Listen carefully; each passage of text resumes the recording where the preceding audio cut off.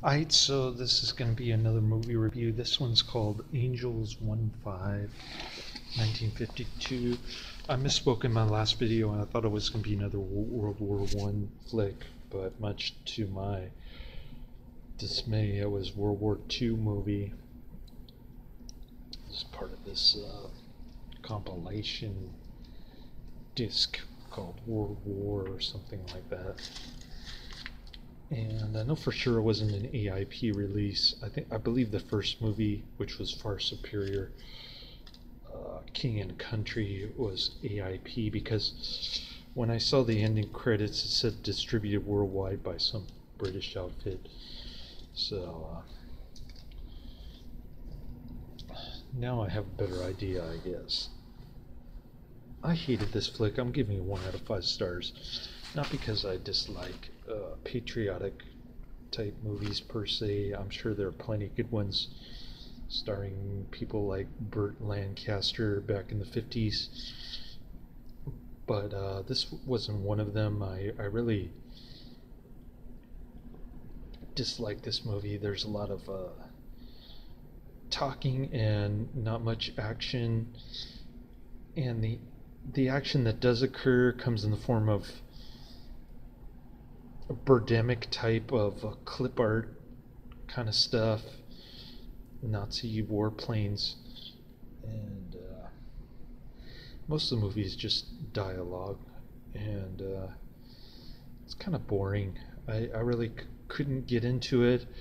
I tried watching it yesterday, but I was so dang tired. I totally spaced out, so I went back and rewatched the whole thing, and I still didn't like it.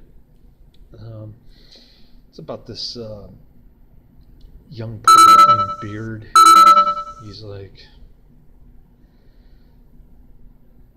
he thinks he's the stud of the squadron, but they keep putting him in the back room, like the war room, and so the Nazi planes end up bombing the war room. He gets his big chance and he shoots down a bunch of Nazi planes. He's got the hots for some blondie who works there driving an ambulance, I guess. And at first he crashes into a house because some plane was flying crosswind. There was something wrong with the plane, like it got shot or something, and he was trying to blame the other plane, but the pilot who was riding that plane had some kind of malfunction, so he couldn't help himself. I guess the only kind of person who would really enjoy this movie is somebody who takes pictures of these warplanes. I'm thinking of my former coworker Stephen Montegani. He used to go out to the Air Force bases and just take pictures and stuff. That type of person might enjoy this movie. Somebody who wanted to be a pilot but for whatever reason couldn't be a pilot, or somebody who was a pilot.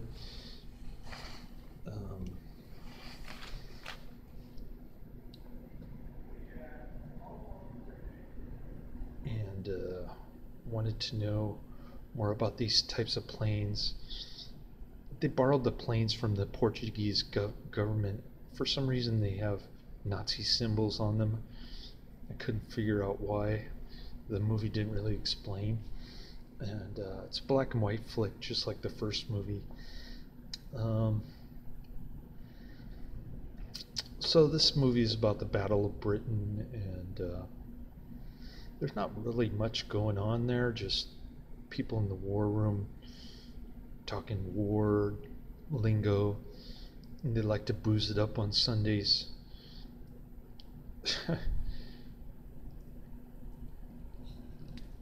The hard drinks and stuff. And they like to smoke cigarettes and stuff like that. Typical World War II stuff. Not really anything new there. It's just kind of guys hanging around and saying chauvinistic things about the women there. It is, after all, a 1952 movie, so there's plenty of that to go around. There's this one gal who's knitting, for instance, and in the war room, and she's the main character, the hero guy. He's like staring at her, looking at her, kind of awkward. And one of the commanding officers says, well, that's what women do. They have to keep themselves busy or something like ridiculous. Anyways, so there's plenty of that in this movie. All the women have the hair helmet going on, and dressed up in military garb with their helmets and stuff when the bombs go off.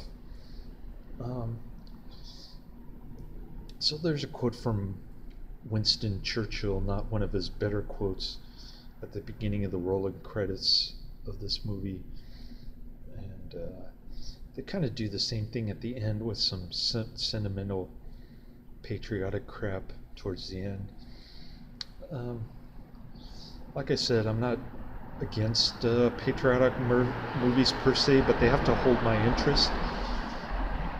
Like some of the US movies are better, I think, from this time period. So that's just my opinion, my 2 cents worth nothing after inflation. I really gave my son a hard time on Thursday night for not understanding how to do fractions on a number line, but I was really rough on him, and it paid off, actually, because he finally got it today. Got all the answers right, so I was pretty proud of them. I gave him a high five like 3 times, and he started doing speed reading, so pretty cool stuff. In terms of sleep, I got about 6 hours. Not too much, but better than nothing. So woke up, got my energy drink, came to work, and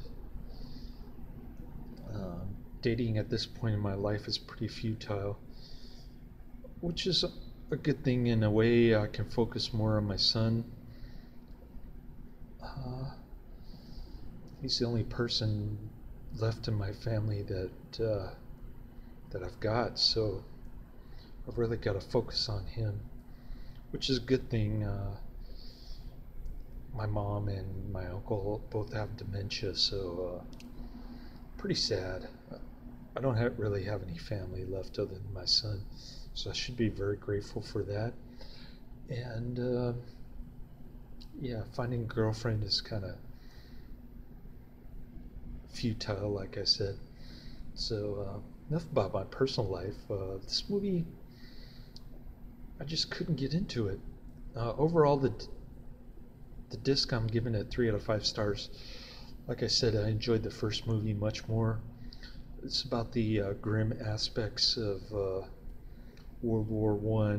It's really an anti-war movie, so polar opposite, really. World War II kind of gets the just war theory, especially from Catholics. Not too many people who are anti-war when it comes to World War II. So really not going to see any of those flicks unless you watch that Japanese movie. I forget the name of it, but that's an excellent movie. Even though it is kind of pro-Japan, it's anti-U.S. imperial occupation after World War II. So it's kind of interesting movie, kind of different. Sorry that I can't remember the name of it off the top of my head, but it's one of the few movies that that kind of put down the U.S. forces right around World War II or shortly afterwards. Although Japan did become a pretty good financial uh, financial country, standard of living was pretty good. Um, After all the prostitution and all the squalor that happened in the beginning, it kind of started to pick up quite a bit. Um, Japanese making VCRs and automobiles and stuff for U.S. consumption. Anyways, didn't mean to go off on a tangent about Japan, but just kind of reminded me of that movie, how diametrically opposed that was to this kind of movie. Plus, it had better looking women in it too. Anyways, yeah, maybe that's why I couldn't get in the movie. The women, all the women in this movie look the same with their hairdos and their a gelato kind of look. I don't know. It's all very strange to me, but it is a 1952 movie, so you have to take it with a grain of salt, I guess. Anyways, I was disappointed by this movie. I thought it was going to be another World War I movie, but it ended up being World War II. So sorry for that mistake in my previous video, but anyways, I'm going to go drop off the DVD, see if I can nod off a little bit. It's kind of slow tonight, Sunday night. You know, a typical Sunday night, 40 cars or so. And so I'm gonna take advantage of that, try to see if I can catch some Z's here before I go to my second job. I'm gonna work 3 jobs today, trying to save up money for my son, and hopefully he can graduate from college when he's 16. That's my goal, but he's gonna have to start up his own business and, you know, pay for the CLEP exams and the take the AP classes in high school in order to do that. So I hope he can pull through. He's going to be the smartest kid in his school, and I'm really proud of him. He's definitely something that I strive for, to be something better than myself, hopefully, and maybe one day he'll recognize how much I really sacrificed myself for him. I hope so. Anyways, that's what being a good parent is all about, in my opinion. So sorry to go off on my personal life. I just can't think of anything else. What else to say about this movie? There's a lot of war games, chess maneuvers and stuff, but like I said, not too much action, and the action is like Birdemic type of special effects, so I wasn't too impressed by that. Couldn't really relate to the hero in this movie. He's kind of absent-minded and yet determined to shoot down planes. So kind of a mixed bag, and I don't want to spoil the ending. So I guess that's all I have to say about this movie. Not a great flick. Could have been better. Could have had better actors and more action, I guess.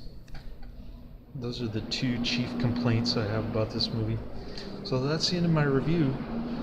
Don't check it out. Skip it. Can't recommend it.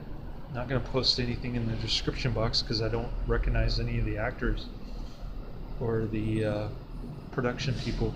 So that's about it. Laters.